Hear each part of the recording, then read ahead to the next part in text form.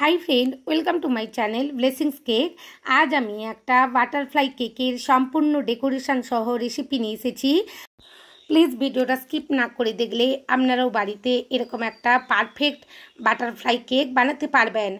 और बंधुरा आमी 16/6/2024 रविवार आगामी रविवार दुपुर 2:30 থেকে लाइवे आसबो। सेखाने समस्त किछु पारफेक्ट भावे आपनादेर काछे स्पंज बानानो थेके शुरू करे एकटा केक डेकोरेशन किभाबे करबेन, जारा बिगिनार बंधुरा आछेन नतुन केक बानाচ্ছেন बा केक बानाते जाচ্ছেন तादेर आशा करछि उपकारे लागबे। प्लिज आपनारा जয়েন करबेन, आमाके सापोर्ट करबेन। और यदि आपनादेर कोनो कोয়েরি থাকে अवश्यई सेखाने जिज्ञेस करबेन। आमी फार्स्ट लाइवे आसছি, प्लिज आपनारा थाकबेन आमार साथे। और देखुन कथा बोलते बोलते आमी एखाने दुटो डिम इलेक्ट्रिक बिटार दिए बिट करे निচ্ছি। ভালোভাবে বিট করে নিতে হবে। চিনিটা স্টেপ বাই স্টেপ দিয়ে দিয়েছি। আর 5 থেকে 6 মিনিট এরকমভাবে বিট করলে খুব সুন্দরভাবে একটা ফোমি আকার হয়ে যাবে। ডিম আর চিনিটা যেন খুব সুন্দরভাবে মিশে যায় সেটা লক্ষ্য রাখতে হবে। এই পর্যায়ে এসে আমি তেলটা দিয়ে দেব আর এসেন্স দিয়ে দেব। এটা একটা ম্যাঙ্গো কেকের অর্ডার ছিল আমার কাছে। খুব ভালোভাবে ডিমের সাথে চিনি তেল আর এসেন্সটা মিশিয়ে নিয়েছি। এরপর একটা স্ট্রেনারের মধ্যে সমস্ত শুকনো ময়দাটা ঢেলে নিয়েছি আর অল্প অল্প করে আমি চেলে নেব। আমার যে সমস্ত বন্ধুদের এইভাবে ময়দা মাখাতে ফোমের সাথে অসুবিধে হয় তারা আমার এই ভিডিওটা দেখলে অবশ্যই পারবেন। আর এখানে ভিডিওর মধ্যে আমরা এডিটিং করি একটু দ্রুত দেখানোর চেষ্টা করি। লাইভ স্ট্রিম যে করব সেখানে বন্ধুরা সমস্ত কিছুই আপনারা সরাসরি দেখতে পাবেন। প্লিজ জয়েন করবেন। আর দেখুন আগে থেকে অবশ্যই বাটার পেপার দিয়ে একটা মোল্ড রেডি করে রাখতে হবে। আর আমি ওটিজির মধ্যে এটা বেক করে নিয়ে এসেছি। পারফেক্টভাবে বেক হয়ে গেছে। আর যে সমস্ত বন্ধুদের মোল্ড আউট করতে অসুবিধে হয় দেখুন আমি মোল্ড আউট করেও দেখিয়ে দিচ্ছি আপনাদের। আর বন্ধুরা এখন ওটিজির তাপমাত্রা ভীষণভাবে আপ ডাউন হচ্ছে, কারণ গরমের জন্য ভীষণভাবে পাওয়ারের ইলেকট্রিক পাওয়ার আপ ডাউন হওয়ার জন্য বিভিন্ন টেম্পারেচারে করতে হচ্ছে। এখন একটু বেশি টেম্পারেচার আর বেশি সময়ই লাগছে। আপনারা আপনাদের ওটিজি টেম্পারেচার অনুযায়ী করে নেবেন, বেক করে নেবেন কেকটা। দেখুন ধীরে ধীরে আমি উপরের অংশটা যেভাবে কেটে নেই প্রত্যেকটা কেকে কেটে নিলাম। আর 3টে লেয়ারে খুব সুন্দরভাবে আমি ভাগ করে নেব। ধীরে ধীরে একটা ব্রেড নাইফ দিয়ে দেখুন ভালোভাবে আমি ভাগ করে নিয়েছি 3টে লেয়ারে। এরপর একটা বোর্ড নিয়ে নিয়েছি। বোর্ডে অবশ্যই একটু ক্রিম লাগিয়ে নিতে হবে। এরপর সুগার সিরাপের সাথে একটু ম্যাঙ্গো ক্রাশ মিশিয়ে নিয়েছি। এভাবে যদি একটু ম্যাঙ্গো ক্রাশ মিশিয়ে নেওয়া যায় 2 থেকে 3 টেবিলস্পুন এখানে আমি ক্রাশ মিশিয়েছি। আর খুব ভালোভাবে সোপ করে নিয়েছি। অল্প পরিমাণ ক্রিম দিয়ে প্যালেন নাইফ দিয়ে চারিদিকে ক্রিমটা আমি স্প্রেড করে দিচ্ছি। এভাবে ভালোভাবে ক্রিমটা চারিদিকে স্প্রেড করে দিতে হবে। আর অল্প করে আমি এখানে ম্যাঙ্গো ক্রাশ দিয়ে দিলাম। আর ভালোভাবে ম্যাঙ্গো ক্রাশটাও চারিদিকে ছড়িয়ে দিতে হবে। ধীরে ধীরে আমি প্রত্যেকটা লেয়ারই একই রকমভাবে বানিয়ে নেব। দ্বিতীয় লেয়ারটাও আমি বসিয়ে দিয়েছি আর একই রকমভাবে সুগার সিরাপ দিয়ে সোপ করে নিচ্ছি। অবশ্যই সুগার সিরাপ দিয়ে সোপ করবেন বন্ধুরা। কেকটা ফ্রিজে রাখার পর নালে ড্রাই হয়ে যাওয়ার সম্ভাবনা থাকে। আর এবার আমি অল্প করে আবার ক্রিম দিয়ে দেব আর একই রকমভাবে ভালোভাবে স্প্রেড করে নেব। এইভাবে বন্ধুরা আপনাদের কোনো অর্ডার এলে খুব সহজেই আপনারা অর্ডার নিতে পারবেন আর বাড়িতে পারফেক্টভাবে একটা কেক বানিয়ে অর্ডারটা পূরণ করতে পারবেন। দ্বিতীয় লেয়ারে ক্রিম দিয়ে দিয়েছি, একই রকমভাবে ম্যাঙ্গো ক্রাশ দিয়ে দিলাম। এই ম্যাঙ্গো ক্রাশটা মালাস কোম্পানির, খুব সুন্দর খেতে হয়। আর এখন তো আমের সিজন, আপনারা পাকা আম পাকা আম অ্যাভেলেবল হলে আপনাদের কাছে একটু মোরব্বার মতন করে ছোট ছোট করে টুকরো করে মোরব্বার মতন করে লেয়ারে দিলে আরও সুন্দর খেতে হয়। অবশ্যই একবার বানিয়ে দেখবেন, খুব ভালো লাগে খেতে। একই রকমভাবে তৃতীয় স্পঞ্জটাও আমি ভালোভাবে সোপ করে নেব আর অল্প অল্প করে ক্রিম দিয়ে আমি ক্রাম কোটিং করে নেব।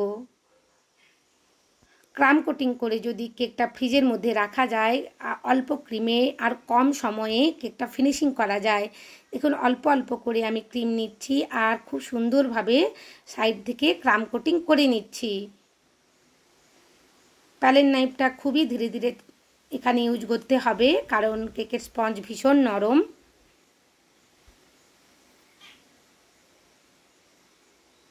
খুব ভালোভাবে আমার ক্রাম কোটিং করা হয়ে গেছে। ধীরে ধীরে আমি কেকের চারিদিকটা যে অংশগুলো বাকি ছিল ভালোভাবে আরেকটু আমি ক্রিম লাগিয়ে নিলাম।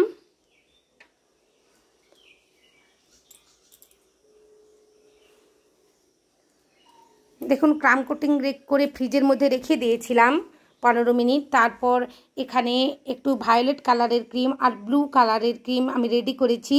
যিনি অর্ডার করেছিলেন উনি এইভাবেই করতে বলেছিলেন। উনি একটা ড্রেসের ছবি আমাকে পাঠিয়েছিলেন ম্যাডাম, যে এই রকম ধরনের বাটারফ্লাই দেওয়া একটা ড্রেস উনি বার্থডেতে সিলেক্ট করেছেন, আর সেই অনুযায়ী আমাকে কেকটা বানিয়ে দিতে হবে।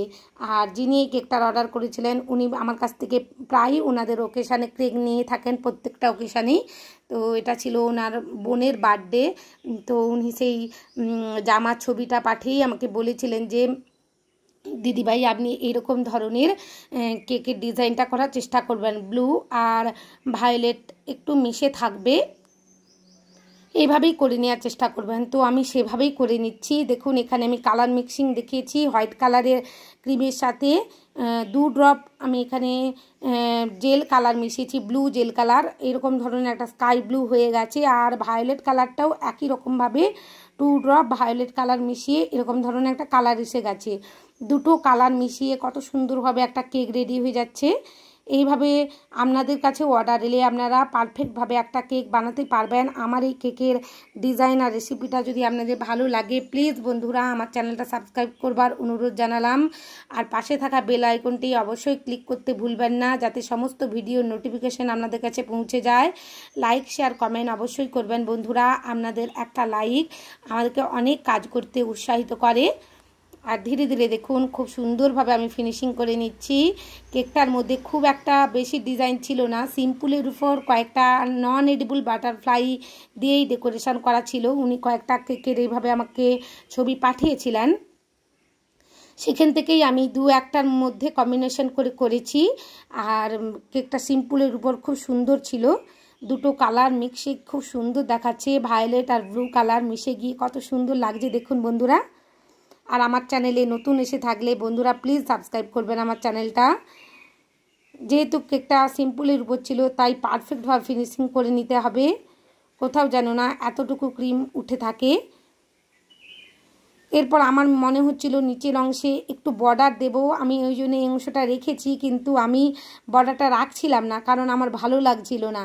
মনে হচ্ছিল সিম্পলের উপরই করলে ভালো লাগবে ডিজাইনটা, তাই আমি বর্ডারটা আবার মুছে নিয়েছিলাম।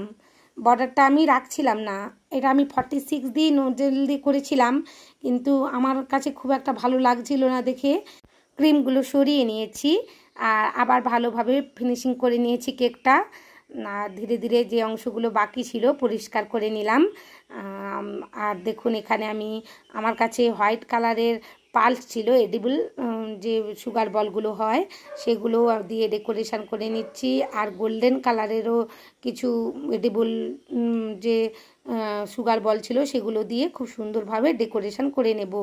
আর এটা কেকটা ফ্রিজে সেট করার আগেই আমি করেছি, কারণ ক্রিমটা সেট হয়ে গেলে এই পালসগুলো লাগবে না, এই যে সুগার বলগুলো, তাই আমি ফিনিশিং করার পরেই এইভাবে যে এডিবল বলগুলো সেগুলো এখানে ডেকোরেশন করে নিচ্ছি।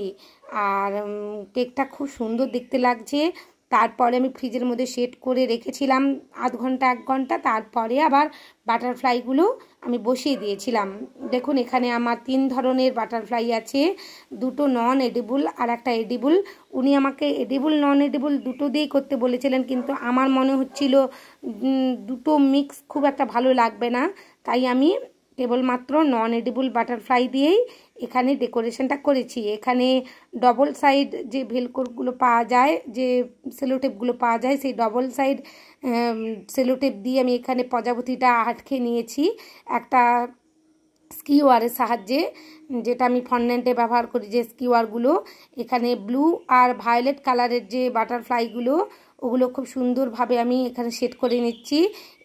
এই বাটারফ্লাইগুলো এক একটা প্যাকেটে 10টার মতন থাকে, 8টা থেকে 10টা। এগুলো 18 থেকে 19 টাকা এরকম নেয়, 20 টাকার মধ্যে নেয় প্যাকেট। একটু ভালোভাবেই পেয়ে যাবেন আপনারা, আপনারা বলবেন নন এডিবল বাটারফ্লাই কেক ডেকোরেশনের জন্য কেকের দোকানে গিয়ে অনায়াসেই পেয়ে যাবেন, কোনো অসুবিধা হবে না। এরকম ধরনের বাটারফ্লাই দিয়ে কেক ডেকোরেশন করলে কেকগুলো দেখতে অসাধারণ হয়। আর এখানে বাটারফ্লাইয়ের মধ্যে আমি একটু হোয়াইট চকলেট মেল্ট করে নিয়েছি, হোয়াইট কম্পাউন্ড চকলেট, আর যাতে ভালোভাবে কেকের মধ্যে বাটারফ্লাইটা বসে যায়। আর খুব সুন্দরভাবে দেখুন আটকে নিচ্ছি, দেখতে কত সুন্দর লাগছে। যদি ভালো লাগে বাড়িতে অবশ্যই একবার বানাবেন, সবাইকে খুব খুশি করে দেবেন এরকম ধরনের কেক বানিয়ে। আর আমার কেকের ডেকোরেশনটা ভালো লাগলে অবশ্যই একটা লাইক করবেন বন্ধুরা, আর কমেন্ট করতে ভুলবেন না।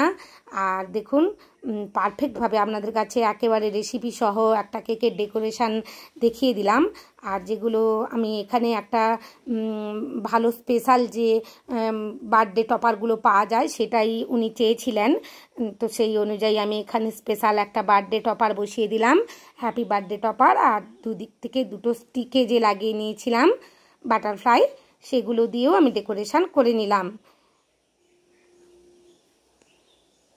কেকটা একটু হাইটের উপর হলে আরও দেখতে ভালো লাগতো, উনি 1 পাউন্ডের উপরই চেয়েছিলেন, তাই একটু হাইটটা কম হয়েছে, কোনো অসুবিধে নেই, দেখতে খুব সুন্দর লাগছে।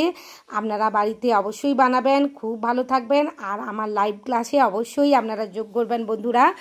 আর আশায় থাকলাম, অনেক ধন্যবাদ আমার সাথে থাকার জন্য, আমার ভিডিও দেখার জন্য। সবাই খুব ভালো থাকবেন।